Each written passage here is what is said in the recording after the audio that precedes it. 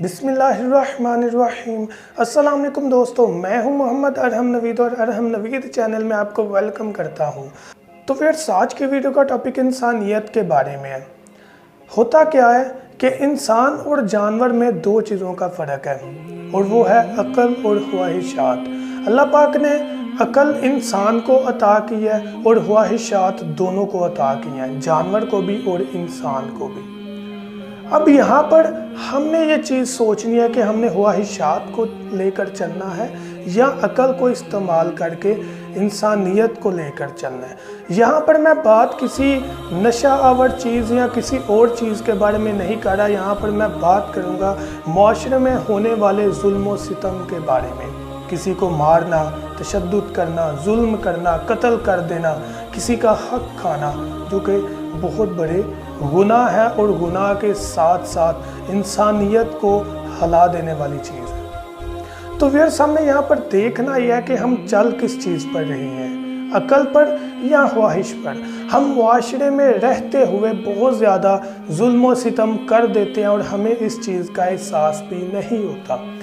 जैसे किसी का हक खा लेना, किसी को थप्पड़ लगा देना नाजायज़, देख लिया कि वो कमज़ोर है उसको थप्पड़ लगा दिया, या किसी को कोई अल्फाज के ज़रिए दर्द दे देना, जैसे गाली निकाल देना, या किसी को कोई ऐसे अल्फाज बोल देना जो कि उसके लिए हर्टिंग मोमेंट हो, तकलीफ़ दा मोमेंट हो उसके लिए।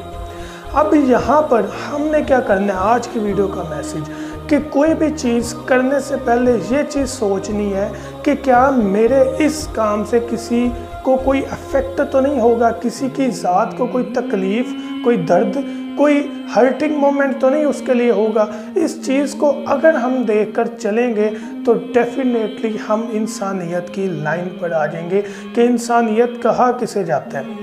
अल्हम्दुलिल्लाह वी आर मुस्लिम्स और एज अ मुस्लिम ये हम सब में चीज़ होनी चाहिए कि हमारी ज़ुबान और हाथ से कभी किसी को दुख तकलीफ़ ना पहुँचे। लेकिन अफसोस हम ये चीज़ नहीं देखते। हम कहते हैं कि ये चीज़ इसने कही क्यों, ऐसा हुआ क्यों, और इसका हम एक्शन करेंगे जो कि हमारी ज़ात, हमारे मसलिक, हमारी नेचर और हमारे अखलाकियात के हरगिज़ खिलाफ है। हमने अपनी ज़ात खुद क्रिएट करनी होती है कि हम किस तरह के हैं।